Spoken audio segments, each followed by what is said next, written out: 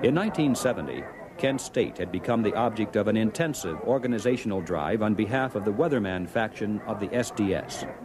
For over 2 years, a steady stream of professional revolutionaries appeared before student groups.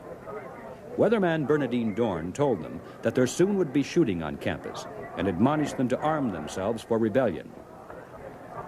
Another speaker was Jerry Rubin, who said, "The first part of the Yippie program is to kill your parents, and I mean that quite literally because until you're prepared to kill your parents, you're not ready to change this country." The SDS on campus had distributed copies of what it called the Organizer's Manual for the Spring Offensive. The manual said, "Beginning with guerrilla theater actions in dorms, we can escalate to disrupting classes, street marches, quick assaults on buildings, before moving to the major confrontation of the struggle." In an SDS pamphlet distributed among students in April of 1969, we find this blunt statement of intent. "We're no longer asking you to come and help us make a revolution. We're telling you that the revolution has begun, and the only choice you have to make is which side you're on." The revolution at Kent State began in earnest on May 1st, 1970. The date itself is significant. May Day is the international communist holiday. A student demonstration was called to protest military action in Southeast Asia, and this was the beginning of 4 days of violence. Unruly crowds surged through the streets, breaking windows and setting fires. On campus, the ROTC building was burned to the ground. Firemen were struck by rocks from the crowd, and their fire hoses were cut. When the National Guard was called in to restore order and protect property, they became the immediate target of insults and obscenities. They were pelted with a barrage of bricks, chunks of concrete, blocks of wood with embedded nails and razor blades, and plastic bags filled with excrement. Over 60 National Guardsmen and local police were injured. The crowds were coordinated by leaders with walkie-talkies and armbands for identification. Many were not students, and several groups had previously been spotted arriving in cars with Illinois license plates. On numerous occasions, the organizers linked arms with each other and, forming a human chain behind the students, pushed them directly toward the National Guard, shouting, "Move on in, move on in." The planned revolution came to a climax at 12:30 p.m. on May 4th.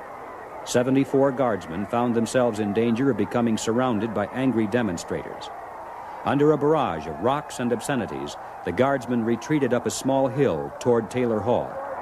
Suddenly, a shot rang out from among the advancing crowd, a fact that later was confirmed by the testimony of students on the scene at the time, and also by an examination of a bullet hole in a metal structure between the position of the crowd and the National Guard. The direction of the fragmented edges of the hole shows that the shot was fired from the crowd. The guardsmen were not professional soldiers. They had been on duty for 4 days and were under emotional strain.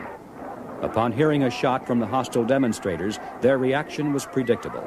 They closed ranks, faced the crowd, and fired. In the melee that followed, 10 students were wounded and 4 were killed. The victims were not leaders of the confrontation, but they became martyrs for the movement.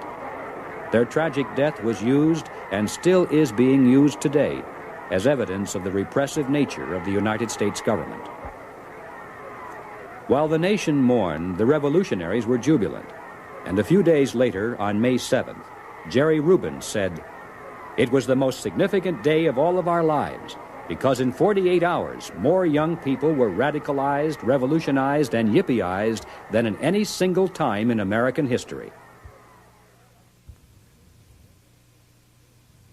Here, then, is the third benefit of terrorism, in the form of not the action itself, but the reaction of the public. Terrorism eventually forces the government to take drastic measures which the public finds distasteful. Calculated provocation on the part of the revolutionaries leads inevitably to disastrous events and martyrs for the cause.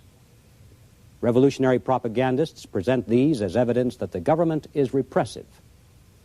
The major part of the population may still reject the position of the revolutionaries, but many now will begin to view their own government as no better than the terrorists themselves, and still others will go further and join forces with the revolutionaries to combat the apparent injustices. This is a huge step forward in the development of a domestic revolution, because it isolates the government from the moral support of its own people and sets the stage for the final conflict, which will be fought by relatively small numbers while the vast majority must be counted on to remain neutral.